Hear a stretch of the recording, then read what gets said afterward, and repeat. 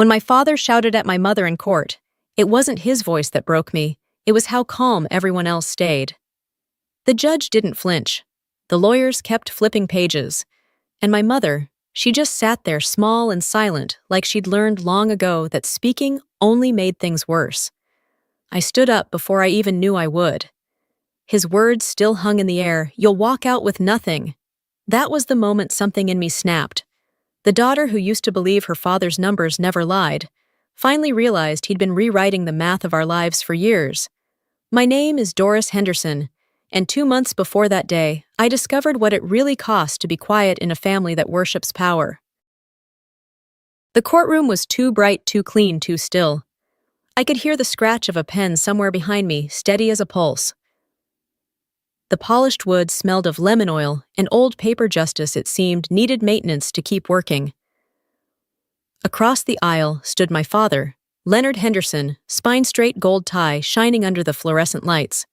He looked like a man cut from a magazine ad, the kind that sells success, as if it's something you can wear.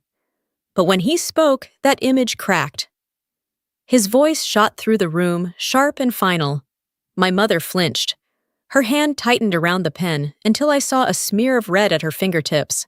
Behind him, Carla smiled, thin, glassy, the kind of smile that draws blood if you touch it wrong. I rose to my feet before I could think.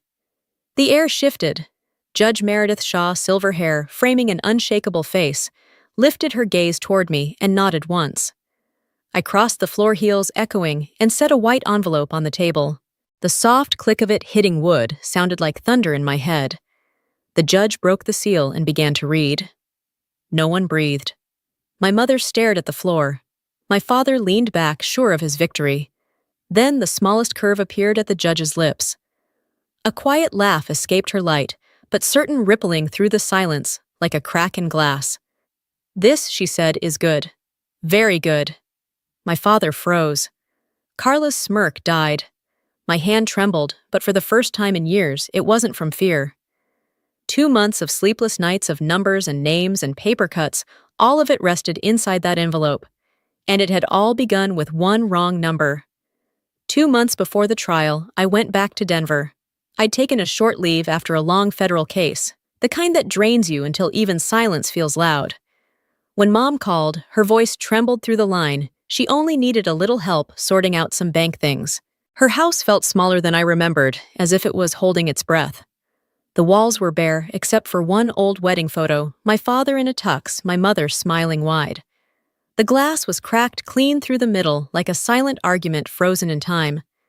She told me he'd moved out, said he needed space for a new project with Carla.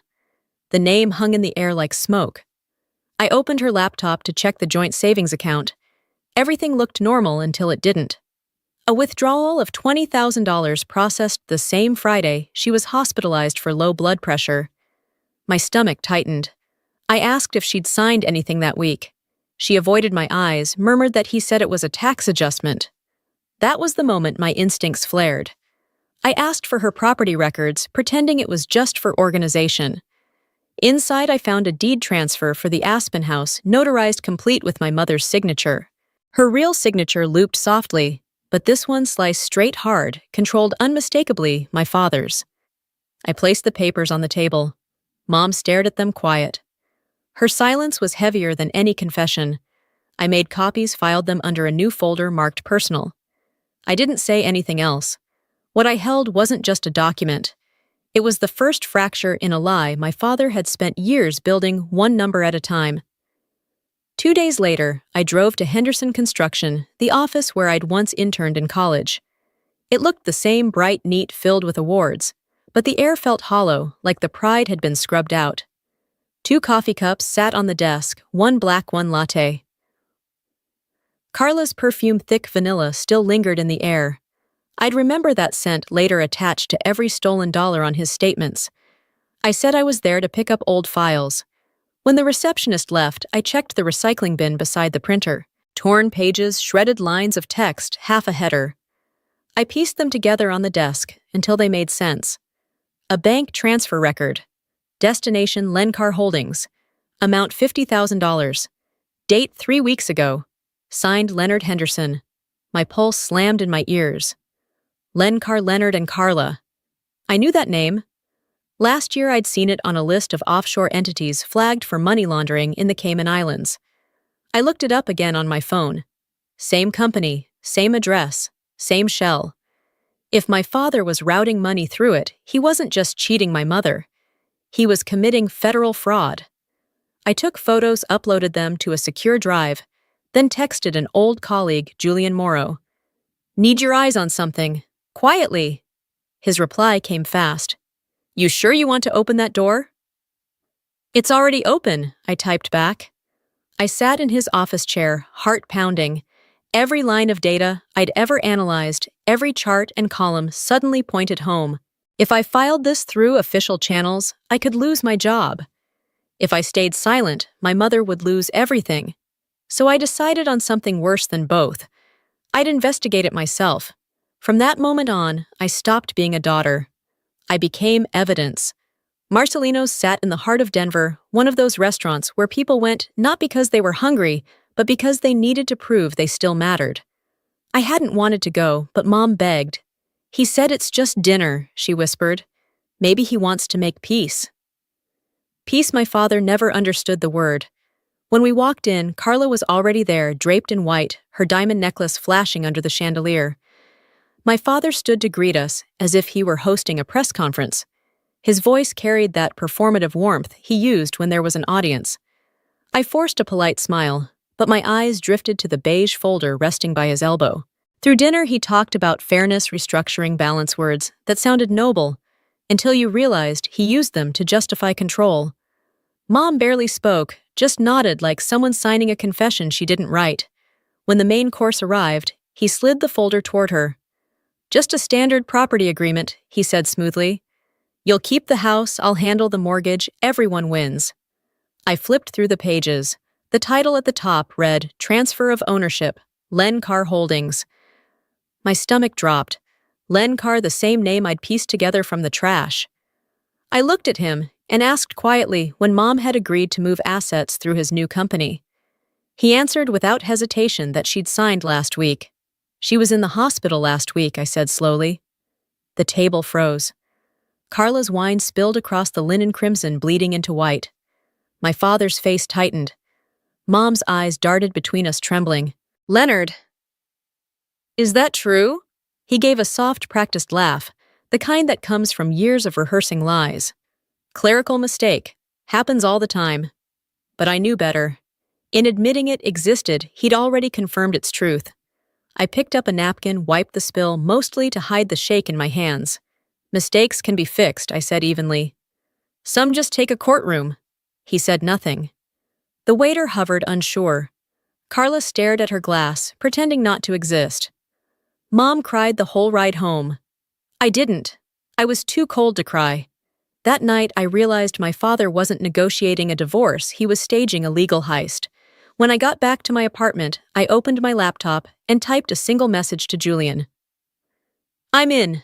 I'll need every public record you can legally verify. I didn't yet know that opening that door meant my father would soon come after me. 3 days later, Julian called. His tone was clipped, cautious. You were right, he said. Lencar Holdings is a shell. There are 3 more, Front Range Realty, Primestone, and Arc Vista, all moving money offshore after the divorce court's freeze order. I sat at Mom's kitchen table, surrounded by receipts, feeling my pulse thud in my ears.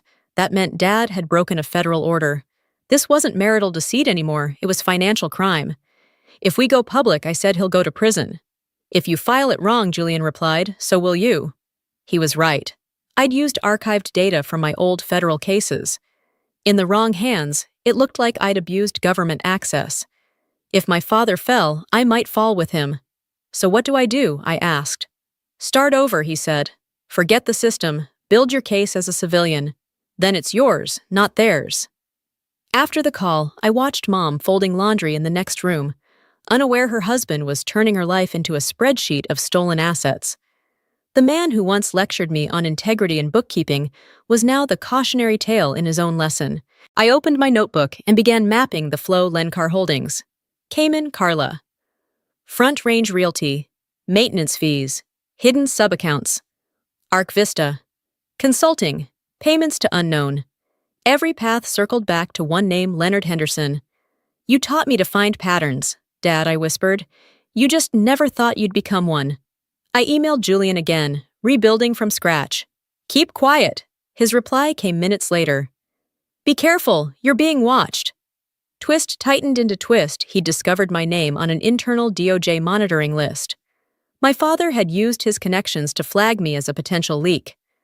I leaned back, the weight of it sinking in. I'd crossed the line between daughter and whistleblower, and there was no way back. That night, under the dim kitchen light, I sealed my first file in a cardboard folder and wrote across it by hand, Exhibit D for Mother. The bitter smell of coffee filled the room as I pressed the tape shut. For the first time, I didn't feel afraid. Only ready. That was the night I declared war. Mom was fading fast. She said she just wanted it all over with that signing. The papers would finally bring her peace. Her hand trembled as the pen touched the line, the ink bleeding into the corner of the page. Mom, don't. He just wants closure, Doris. He said I can keep the house. He already transferred it to his company, I said quietly. I saw the deed. She froze, then whispered, as if confessing something shameful. He promised me peace. That word coming from her felt like a sedative. I turned away so she wouldn't see the tears threatening to rise. Peace had become her permission to surrender. I spent the next hour digging through the filing cabinet papers, spilling like years of forgotten truth. In the bottom drawer, buried under faded folders, I found a small brown notebook, the one she used to track every household expense since the 90s. The pages were meticulous travel dates, grocery bills, cash withdrawals, every detail written in looping blue ink. I turned to April 12th, the day of the forged Aspen deed. Next to it, a note read, Hospital. No visitors today. Leonard said he's on site. I stopped breathing. The same day he claimed she'd signed the property transfer, she was lying in a hospital bed. The notebook was a perfect timeline, an unintentional forensic record. It was the kind of proof a courtroom couldn't argue with. I scanned every page, stamped it, sealed it. 3 days later, an email appeared in my inbox. You are placed under administrative leave pending investigation for data misuse. I stared at the sender line.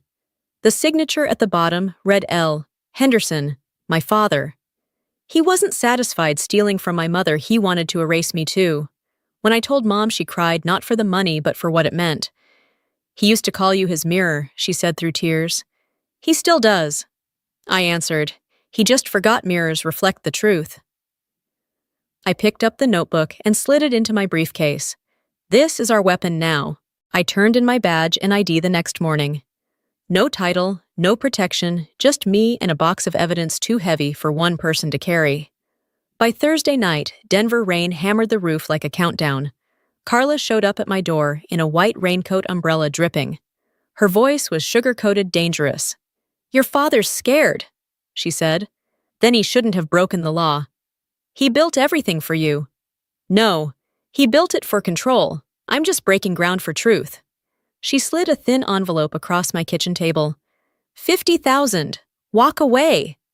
I pushed it back toward her. Keep it. You'll need it for bail. She froze, eyes wide, then stormed out into the rain. What she didn't know was that my doorbell camera had recorded every word. The footage now joined the rest of my files, proof of witness tampering. I gathered everything into a clean white envelope and wrote on the front, for the court. Verified by J. Morrow. Julian arrived that night, soaked from the rain. He read the label, nodded, then signed as witness. Doris, he said quietly, you're on the DOJ's watch list. He used his contacts to flag you as a risk, so they're watching me at every move. Good, I said, exhaling. Then they'll see how justice is built. I placed the envelope into my safe and locked it. My hands trembled, but my heartbeat was steady. You taught me precision, Dad. Now you'll see what it looks like when precision grows a conscience. 2 weeks later, that envelope would make a judge laugh, and my family's history would never sound the same again. The morning of the hearing was cold and bright. Jefferson County Courthouse, 2nd floor, room 4. I carried the sealed white envelope, the envelope of truth, with Julian Morrow's signature across the seal. Mom walked beside me, small, fragile, trying to stand, but not to fight. Across the aisle, my father stood between his lawyer and Carla.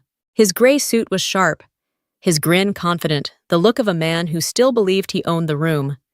He shook hands, whispered something to Carla that made her laugh, brittle and forced. Case number 34107, Henderson versus Henderson.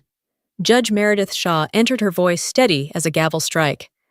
We'll proceed with final testimonies. His lawyer spoke first, smooth as silk, painting him as a devoted husband who had managed the family finances efficiently. I almost laughed. Efficient was one word for draining every account clean. Then came their exhibit, a blurry photocopy of my mother's signature. Forged, shaky fake. Your Honor. May I submit an independent exhibit, I asked. Proceed, Ms. Henderson. The room went silent as I set the envelope on the table. The soft click of paper meeting wood felt like thunder. Judge Shaw broke the seal and read the forged deed, Mom's notebook matching bank transfers, Julian's audit, Carla's bribe recording. 2 minutes of silence, then she smiled. Mr. Henderson, in 30 years on this bench, I've rarely seen evidence so clean and lies so poorly built. Dad jumped up, shouting. Sit down, the judge ordered, sharp as a command. You didn't just cheat a wife, you committed fraud. Then she turned to me, gentler. Ms. Henderson, your documentation is impeccable. Thank you for restoring honesty to this court. And then she laughed, not mockingly, but like justice itself exhaled. Mom was crying, but her chin was lifted. The gavel fell. Ownership to Mrs. Henderson. Federal inquiry to follow. My father's knees wavered. I drew a slow breath.